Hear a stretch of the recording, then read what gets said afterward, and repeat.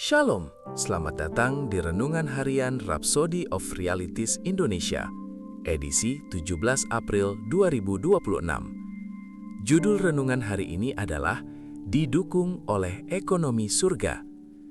Ayat Alkitab pembukaan kita terdapat dalam Pengkhotbah 7 ayat 12 yang berbunyi, "Karena perlindungan hikmat adalah seperti perlindungan uang, dan beruntunglah yang mengetahui bahwa hikmat memelihara hidup pemilik-pemiliknya." Allah telah memberi kita hikmat dan keuangan untuk mewujudkan visinya. Injil terlalu penting dan terlalu mendesak untuk dibatasi oleh kendala keuangan. Sebuah pesan yang mengubah hidup membutuhkan sumber daya untuk penyebarannya, dan Allah telah menyediakan sumber daya tersebut bagi anak-anaknya melalui Roh-Nya. Dia telah menyediakan kita secara berlimpah dengan apa yang kita butuhkan untuk memenuhi tujuannya.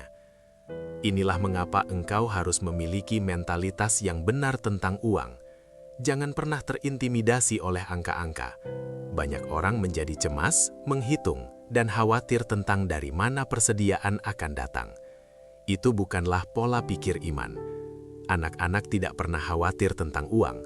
Sebaliknya, mereka sadar akan kebutuhan mereka. Mereka hidup dengan kesadaran bahwa segala sesuatu yang dibutuhkan tersedia. Tuhan Yesus berkata bahwa kita harus menerima kerajaan Allah seperti anak-anak kecil. Ini termasuk cara kita berpikir tentang sumber daya.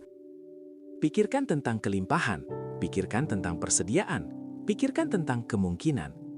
Berpikirlah seperti seseorang yang memiliki sumber daya tak terbatas. Setiap kali pikiran tentang kekurangan mencoba muncul dalam pikiranmu, tolaklah dengan tegas. Cukup alihkan pikiranmu kepada kebenaran bahwa engkau didukung oleh ekonomi surga. Kristus memberi engkau akses kepada persediaan Allah yang tak habis-habisnya. Di dalam Dia, segala sesuatu adalah milikmu. Berkatnya adalah keuntunganmu. Pekerjaan atau bisnismu bukanlah sumbermu, tetapi sarana bagimu untuk mengekspresikan karunia yang diberikan Allah dan memberkati duniamu. Sebuah saluran, bukanlah sumber dayamu yang sesungguhnya. Mereka yang menjadikan karir sebagai sumber keberhasilan terikat oleh siklus ekonomi dunia, transisi pekerjaan, dan evaluasi manusia.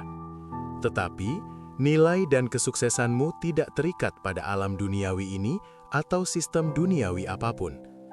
Engkau berfungsi dari kerajaan yang lebih tinggi, di bawah ekonomi yang lebih tinggi, ekonomi surga, yang beroperasi berdasarkan iman.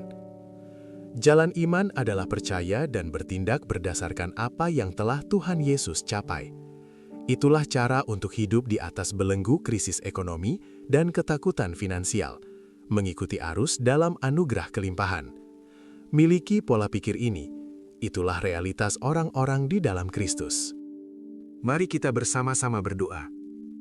Bapa terkasih, terima kasih karena Engkau melimpahkan segala kasih karunia-Mu kepadaku. Aku menolak untuk takut atau khawatir tentang harta benda. Aku berpikir tentang kelimpahan karena aku memiliki akses ke persediaan-Mu yang tak terbatas. Aku menggunakan uang untuk tujuan-Mu dan hidup sebagai penyalur berkat kerajaan Allah. Dalam nama Yesus. Amin. Untuk lebih mendalami dan mengerti renungan kita pada hari ini, baca juga ayat-ayat berikut ini. Efesus 3 ayat 8 AMPC, Filipi 4 ayat 19, 2 Korintus 9 ayat 8. Jangan lupa untuk membagikan renungan ini kepada teman, saudara, dan kenalan kalian, supaya mereka juga diberkati dengan firman yang ada di dalamnya. Dan jika Anda belum menerima keselamatan atau belum menerima Kristus secara pribadi dan ingin menikmati kehidupan Kristus dalam dirimu, inilah saatnya bagimu. Mari ucapkan dengan kesungguhan hati doa berikut ini. Ya Tuhan Allah, aku datang kepadamu dalam nama Yesus Kristus. Firman-Mu mengatakan, barang siapa yang berseru kepada nama Tuhan akan diselamatkan. Kisah Para Rasul 2 ayat 21. Aku meminta Yesus masuk dalam hatiku menjadi Tuhan bagi hidupku. Aku telah menerima hidup yang kekal dalam Roh-Ku. Dan sesuai dengan Roma 10 ayat 9, sebab jika kamu mengaku dengan mulutmu bahwa Yesus adalah Tuhan dan percaya dalam hatimu bahwa Allah telah membangkitkan Dia dari antara orang mati, maka kamu akan diselamatkan. Aku menyatakan bahwa aku telah diselamatkan. Aku lahir kembali, aku adalah anak Tuhan. Sekarang aku memiliki Yesus yang tinggal dalamku, dan lebih besar roh yang ada dalamku daripada yang ada dalam dunia. 1 Yohanes 4 ayat 4. Saat ini dengan sadar aku berjalan dalam kehidupan yang baru dalam Yesus Kristus. Haleluya! Selamat, kamu sekarang telah menjadi anak Tuhan. Akhirnya, sampai jumpa pada renungan harian berikutnya di kemudian hari. Tuhan Yesus memberkati. Amin.